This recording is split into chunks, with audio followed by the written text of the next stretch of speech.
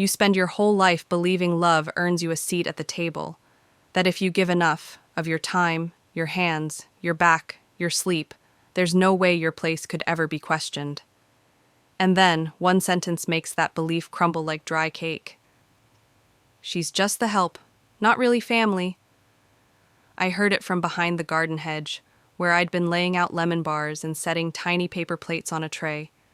Emma's voice, my granddaughter's voice, clear as day, 14 years old and already a queen in her own mind.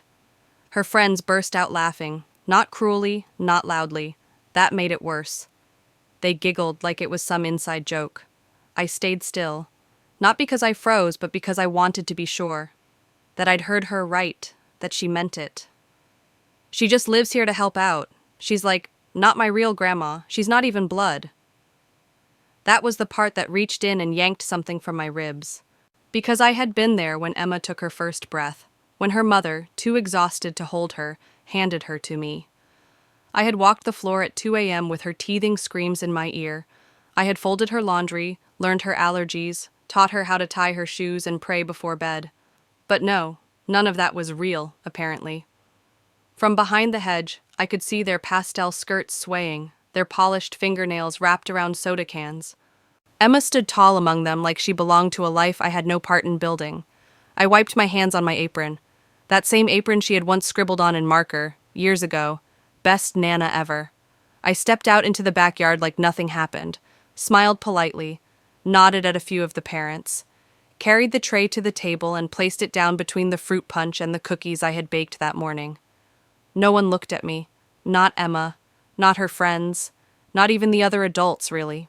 It's strange how you can be in the middle of a party and feel like a ghost in your own house. I stood there, hands folded, for a moment too long.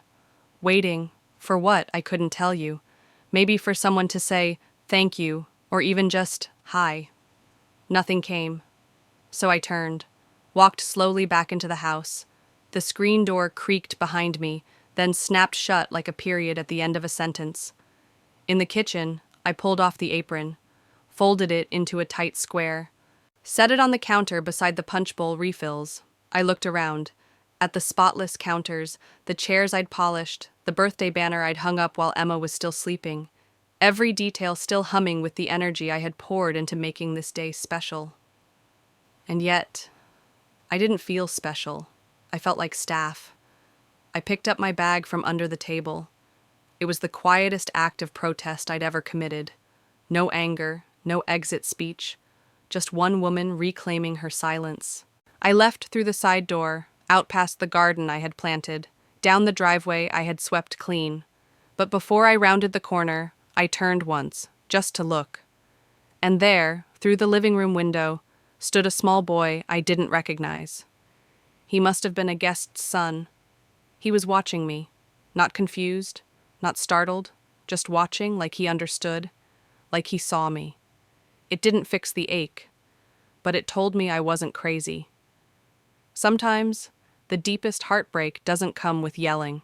It comes with the sound of laughter, and knowing it wasn't meant for you. It's funny how the smallest details stay with you longer than the big ones, like the exact curve of Emma's hand the first time she wrapped her fingers around mine. She was barely 2 days old. Her skin was so soft, her grip so light, and yet something about that moment made me feel like I had been given a new purpose, a second chance to mother, even after the first time had nearly broken me. You see, I raised my son, Daniel, on my own after his father passed, lung cancer. It took him fast and cruel, and I had to be stronger than I ever thought I could be. I worked 2 jobs, morning shifts at the post office, evenings at a bakery. On weekends, I cleaned houses. The only thing I didn't clean was my own grief.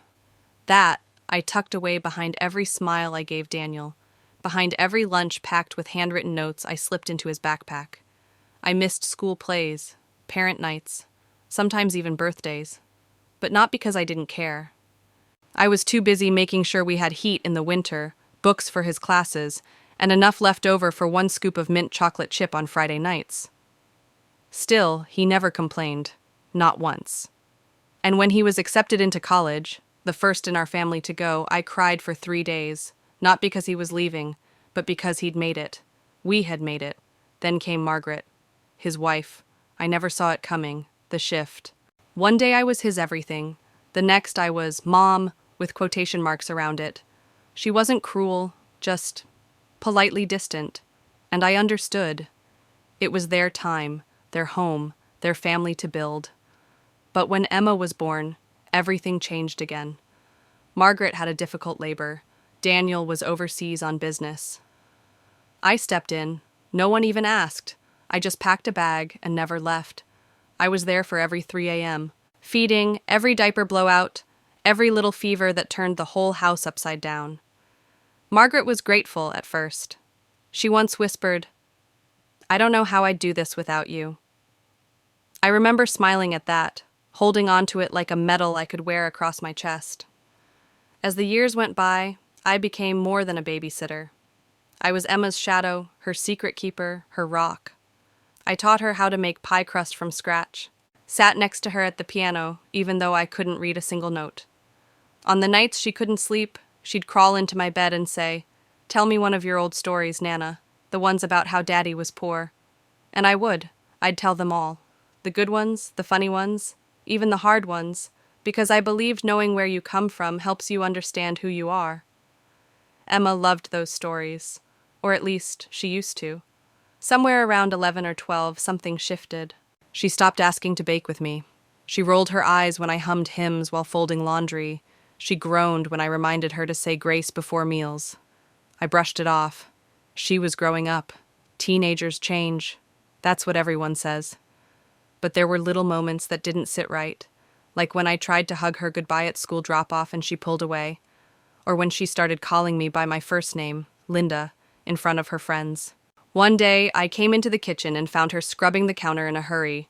I said, "Sweetheart, I already cleaned that." She replied, without looking at me, "Yeah, but the girls are coming over, and I don't want them thinking my house smells like old people soup." Old people soup? I laughed it off, said something like, "Well, then we better open a window." But inside, a part of me quieted.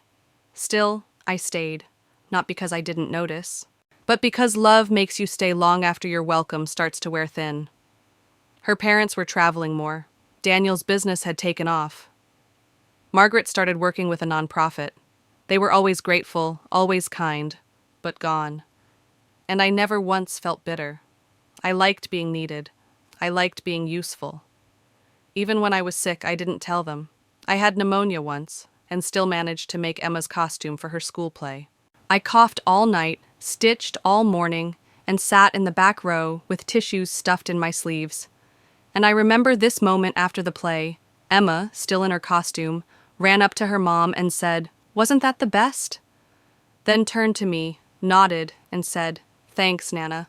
I guess the stitching was okay." That guess clung to me the whole ride home, but I still loved her, fiercely. I kept believing that one day she'd remember all the little things, that the thousands of moments I gave her would add up to something that looked like respect. That's the quiet lie we tell ourselves, isn't it? That love will eventually be seen, that kindness will always be repaid. But sometimes, it isn't. Sometimes, the hands you thought would grow up to hold yours end up pushing you to the side when someone else is watching. And yet even then, I didn't think she meant it. Not until the party. Not until I heard her call me just the help. I even took out the trash, quietly, like a hotel maid on autopilot. And then I sat, on the little bench by the back door, still in my slippers, listening to the hum of the fridge, the clink of a fork forgotten in the sink. My body ached in places I couldn't name. But the real pain wasn't physical. It was that sudden emptiness, that quiet realization. Maybe I'd stayed too long in a story that had turned the page on me. The next morning, I told Margaret I'd be gone a few days. I smiled, packed light, and left before breakfast. She didn't question it. She just touched my hand and said, "You do what you need, Linda. We'll be here." I stayed in a small guest room above the church, just 2 blocks away. Father Bryant said I could use it any time, something he'd offered years ago when I helped with the community food drive. I never thought I'd take him up on it. The room was small, quiet. A single twin bed, a lamp, and a view of the cemetery. Daniel wasn't part of the wound, and he knew it. He respected my space, and that, in itself, meant more than he realized. Back at the house, I heard from Margaret that Emma had started doing her own laundry. Not because anyone asked her to, just necessity. She burned toast, overwatered a potted fern until it drooped in protest. She texted Margaret from school to ask where we kept the scissors, where we stored the pancake mix. I didn't reply. Not yet. The air smelled faintly of vanilla and teen perfume. Margaret greeted me with a hug. Daniel was out of town. Emma was in the kitchen. She looked up when I entered. "Nana," she said, cautious like the word had grown unfamiliar. I nodded. "Emma." A pause. Then she glanced away, fidgeted with her phone, and mumbled, "There's tea on the counter." It wasn't much, but it wasn't nothing. I poured a cup, sat on the edge of the couch, watched the dust in the sunbeam. She hovered in the hallway, unsure if she should come closer. I didn't force it. A few minutes passed. I stood. "I just came to get my sewing basket," I said. She nodded. Before I left, she called out, Are you mad at me?" I paused at the door, turned to look at her. "No, honey, I'm just letting the house see what it's like without me." And then I left. Not slamming, not crying, just walking. Because sometimes the most powerful sound in a home is the absence of footsteps that once meant everything. That night, I found a note tucked into my church room door, sloppy handwriting. "Do you want to watch that baking show again?" I recorded the episodes. I saved the one with the lemon cake. No signature, but I knew. I didn't answer. Not yet. Because this wasn't about guilt. It wasn't about rushing to repair. It was about giving space. The world, as it turned out, didn't fall apart without me. But Emma had changed. She left a banana bread on my door. The loaf was dry, burned at the edges, wrapped in foil with a note that said, "Sorry, I'm not great at this, but I'm trying." I ate every bite. Because trying matters. Because love, when it's true, grows best in the quiet space between hurt and healing. And because sometimes the most powerful lesson you can give a child isn't what you do for them. It's what you stop doing, just long enough for them to realize how much it mattered. The first Saturday of December, I found a little envelope slipped under my door. It wasn't addressed, no fancy stationery, just my name, Nana, written in blue gel pen, the A curling into a heart, the way Emma used to draw it years ago. Inside was a folded piece of notebook paper. "If you're free this Sunday, I was wondering if we could bake that cinnamon apple cake. I'll get the apples. I remember which ones. I just miss the way it smelled." I sat still for a long time, holding that paper like it might melt if I breathed wrong. It didn't sound like a text written out of guilt. It wasn't dramatic. It wasn't even an apology. But that was the point. It was an invitation. And I didn't need revenge. I didn't need groveling. What I needed, what I had hoped for, was this a small sign that she saw me again. So on Sunday, I dusted off the mixing bowls. I preheated the oven. I tied on a different apron, one she hadn't seen.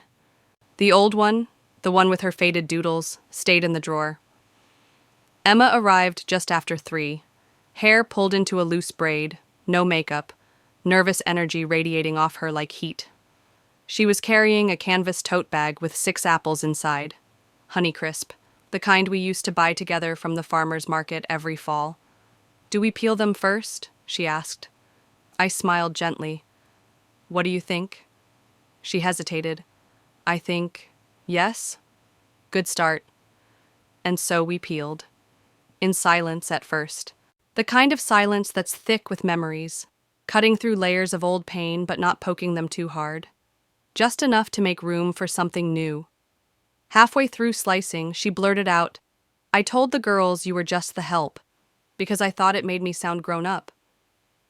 I didn't look up. I didn't stop slicing.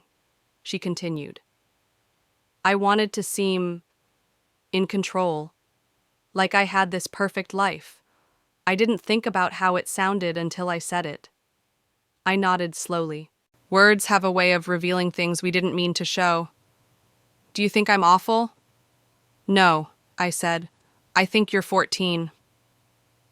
We kept baking. She mixed the cinnamon sugar while I greased the pan. I let her crack the eggs, even when she got a bit of shell in. I didn't correct her. She noticed it herself, fished it out, and smiled like she'd passed a test. When the cake went into the oven, the room filled with the smell she'd written about. She sat at the table, swinging her feet gently. You know, she said after a while, I thought you'd come back, like the next day, or the day after. I poured us each a cup of tea. And when I didn't, I asked, I thought you were mad. Then I thought, maybe you were just done. I took a sip before answering. I wasn't mad. I was tired. Tired of being part of everything, but never really seen. She looked down at her mug. I saw you. I just didn't know how to show it. That's something you can learn, I said softly. Like baking, like listening. A few days later, she came by again, and again. We didn't talk about the party. We didn't talk about what was broken. We just started rebuilding, layer by quiet layer. Her questions shifted from, what's for dinner, to, can I help? Her tone softened. Her eyes met mine more often. She asked me once if I'd ever come back to live with them. I told her gently that I was happy where I was. That doesn't mean I love you less, I said. It just means I love myself more now, too. She nodded. She understood. One afternoon, she brought me a folder. Inside were sketches, digital designs, logos, and mood boards. I'm thinking of applying to a design school, she said. I want to tell stories through art, real stories, like yours. I blinked. Mine? You taught me what strength looks like when it doesn't shout. I couldn't speak for a moment. I just reached across the table and squeezed her hand. Then came her idea. I have this project for school, she said, eyes shining with a kind of quiet pride. We're supposed to present someone who shaped our values. I want it to be you. I raised an eyebrow. The housekeeper? Her face flushed. No, the woman who held everything together even when nobody noticed. She came by the next weekend with a flash drive and asked if I had old pictures. I showed her the albums, some dusty, some nearly falling apart. She scanned them, asked questions, listened like each detail mattered. And in the final week of her project, she said something I'll never forget. Even if you hadn't stayed, even if you'd walked away sooner, I think I still would have come looking for you one day. Why? I asked. She shrugged. Because love leaves fingerprints. Eventually, you notice the shape of what's missing. At her school presentation, she stood in front of 30 classmates and a few parents. I sat in the back, trying to blend in. She clicked through slides of family photos, grainy Polaroids, old birthday cakes, and messy living rooms. Then she said, I used to think being independent meant pushing people away, but now I think it means knowing who held you up when you couldn't stand yet. Her last slide was a photo of the two of us, her maybe 5, face smeared with batter, sitting on the counter while I laughed beside her. The caption read, She wasn't just the help. She was the reason we never fell apart. People clapped, not loudly, not because it was dramatic, but because they understood. That was my moment, not to gloat, not to win, but to exhale. She had seen me, not because I fought to be seen, but because I stepped back long enough for her eyes to clear. Sometimes the smartest thing you can do is not shout, but walk away just long enough for someone to miss the sound of your love. And if they don't, then at least you know who you are. That is its own kind of victory. Justice didn't come with shouting. It didn't come in a court order or a scolding in front of family. It came one Saturday morning when Emma showed up at my apartment, holding a small tray of cinnamon muffins, burnt at the edges, sunken in the middle, and clearly made without any help. I didn't want to come empty-handed, she said, a little embarrassed. I smiled and took the tray. It's the thought that burns. She laughed. She laughed fully, for the first time in months. That laugh, genuine, unguarded, was the first sign of what justice looked like now. Not punishment, but understanding. She didn't need to be lectured. She needed to walk the long way around the mountain and return with a view I couldn't have given her by dragging her there myself. That week, I got a phone call from her school. Apparently, Emma had requested permission to organize a special session for her class, a discussion about generational caregiving, aging, and family dynamics. The counselor said she'd spoken with a kind of maturity we don't often hear at 14. She invited me to come speak. I said no. Not because I didn't care, but because this wasn't my story to tell anymore. She needed to own it. Instead, I offered to help her prepare. We sat side by side at my kitchen table. She took notes while I shared memories, not just the hard ones, but the beautiful ones too. Then, a week later, she stood before her class and told the truth. About words she wished she could take back, about moments she'd misunderstood, about the difference between being helped and being loved through work. After the session, she sent me a photo of the chalkboard where someone had written, "You don't outgrow love. You just have to grow enough to see it clearly." I printed it, framed it, set it next to my reading lamp. Meanwhile, things shifted at home, not in ways most people would notice, but in ways I felt deeply. Margaret began inviting me over again, not to cook or clean, but to sit, to just be. She'd ask if I wanted tea. She'd clear space on the couch. She'd say things like, "We missed you around here." And this time, I believed her. Daniel, he changed too. Not in grand gestures, but in careful details. He offered to take me to doctor appointments. He asked if I needed anything fixed in my apartment. And one evening, he brought by a small envelope with my name written in his handwriting. Inside was a check. "I know it doesn't undo anything," he said, "but I want you to feel supported too, like family, not like the unpaid backbone." I didn't cash it, but I kept the envelope. It wasn't about the money, it was about acknowledgement. And Emma? She started bringing her friends over again. Only now, she introduced me differently. "This is my Nana. She raised me, not just while my parents were busy, but in all the little ways that count." Her friends nodded respectfully. One of them even said, "My grandma passed when I was little. You're lucky." Emma didn't flinch. She just glanced at me and said, "I know." That's how justice arrived, in one-word sentences, in gestures that required no announcement, in how Emma started choosing to spend time with me, even when no one asked her to. And the final piece, the quietest form of justice, came on a Sunday morning in spring. She showed up with a new apron. White cotton, clean and crisp, with tiny hand-stitched letters across the chest. Not "Best Nana Ever," not "Kitchen Queen," just "Seen." I blinked back tears. "You made this?" "I did." "Why that word?"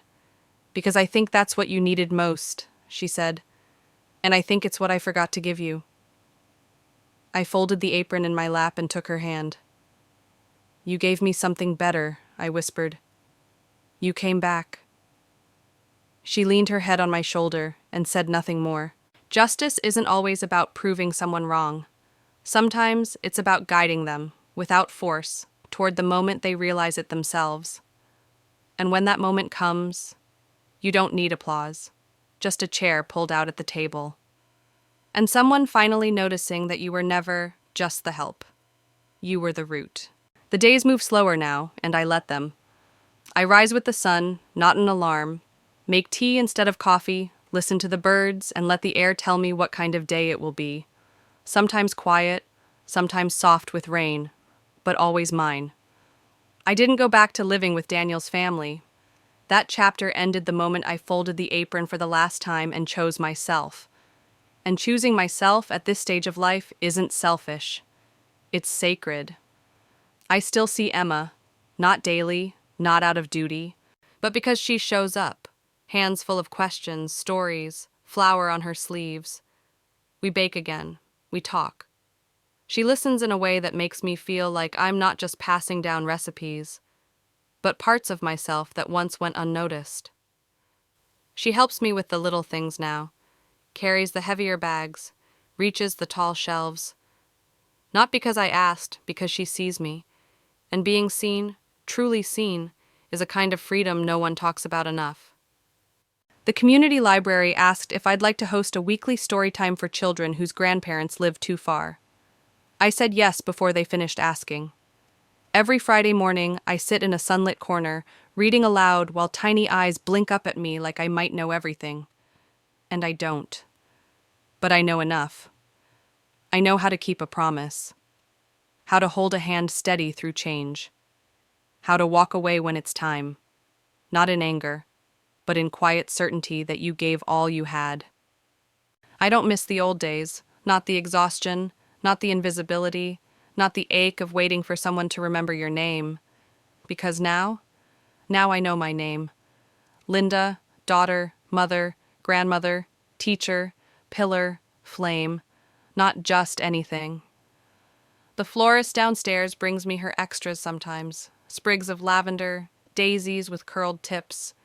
I tuck them into books or leave them outside my neighbor's doors. Emma jokes that I'm becoming a tiny local legend. Let her joke. She's not wrong. But more than that, I'm just a woman who found her place again, who gave up the idea of earning love through labor and started accepting love given freely, gently, with no expectation of repayment. So if you're still reading this, still listening, maybe you're someone who knows what it's like to be passed over. Maybe you spent decades cooking, cleaning, listening, holding, waiting, without ever being thanked in full sentences. Maybe you were called just the help, or just grandma, or just the one who's always there. Let me say something clearly. You were never just anything. You were the constant, the steady breath, the soft light in rooms people only noticed when it flickered. And if you've been waiting for someone to hand you a chair at the table, here, take mine. You've earned it. And if someone else needs to hear this, someone who feels like their kindness was forgotten, like their sacrifices were expected instead of celebrated, send them this story. Let them know they're not alone. And if you want more stories like this, about dignity reclaimed, about strength that doesn't need volume, about love that survives even disappointment, subscribe. Stay with us. We save seats for those who've stood too long. Always.